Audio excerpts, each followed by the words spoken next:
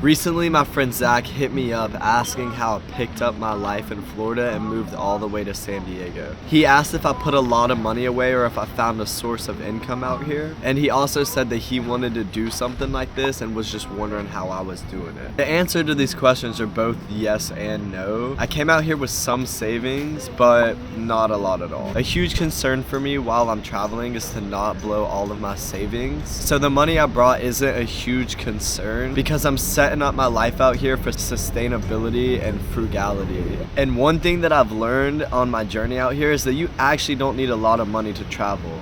Most of the people that I meet at the hostel are actually broke 20-year-olds just trying to figure it out. And what it really just bubbles down to is resourcefulness. Most of the people out here that are traveling are just extremely resourceful. And that's what really matters over having a bunch of money.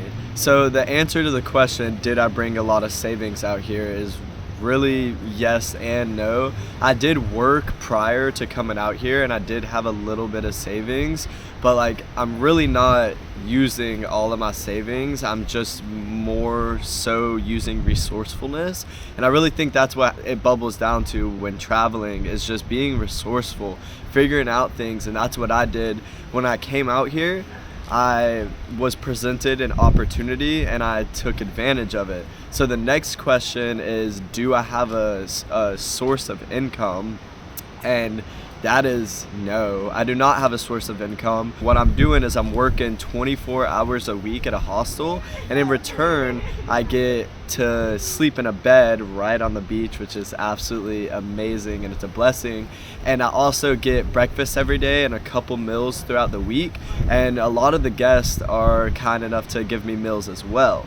So I don't have a source of income, but I have covered the two main things in traveling, which is like really it's transportation and housing, but I don't really need to go anywhere because I live in a hot spot of town, and most of my food is covered. So the little bit of food I do have to pay for isn't really anything crazy. So the big thing is expenses. I've just driven beater cars. I don't have a $500 car payment. I live with friends and family. I try to live as cheaply as possible, and it really wasn't like, oh, this has allowed me to save up a bunch of money. It's more so like I'm out here and I'm not stressed out because I don't really have to worry about a bunch of bills. All of the money I do have is going towards like my food, my excursions, my travels. So that's the advice that I'd give to you guys who want to travel, is to figure out an action plan to decrease and minimize your bills as quickly as possible.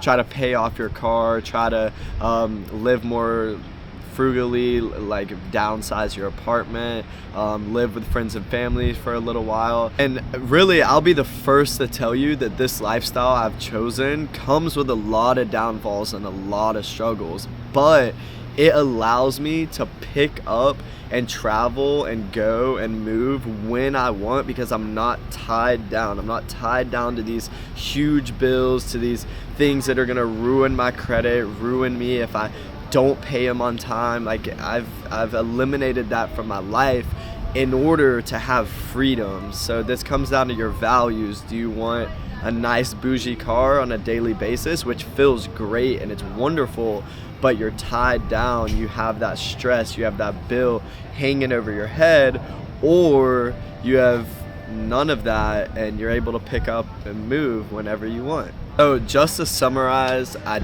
don't have a lot of savings. I don't have a source of income out here. Really what it has came down to is just resourcefulness, finding opportunities, a cheap place to stay, food, cheap transportation, and then also just minimizing my bills. Those two things alone has allowed me to come out to one of the most hottest spots in California, a very, very expensive and sought after spot, and it has allowed me to come out here and experience it. And I've been out here for going on a month, and I plan on extending my travels as long as I possibly can to experience this at a young age, which is what I encourage everyone to do, because one day you are going to be 30, 40 and you are going to have more responsibilities, and it is going to be much harder. So at this age, while we don't have much responsibilities, I encourage people like you to minimize your bills, to pick up, to dip off, to fucking go to California. Yeah, but yeah, no, I just encourage you guys to figure out a plan. And a way for you guys to actually emulate this in your life is to take advantage of opportunities.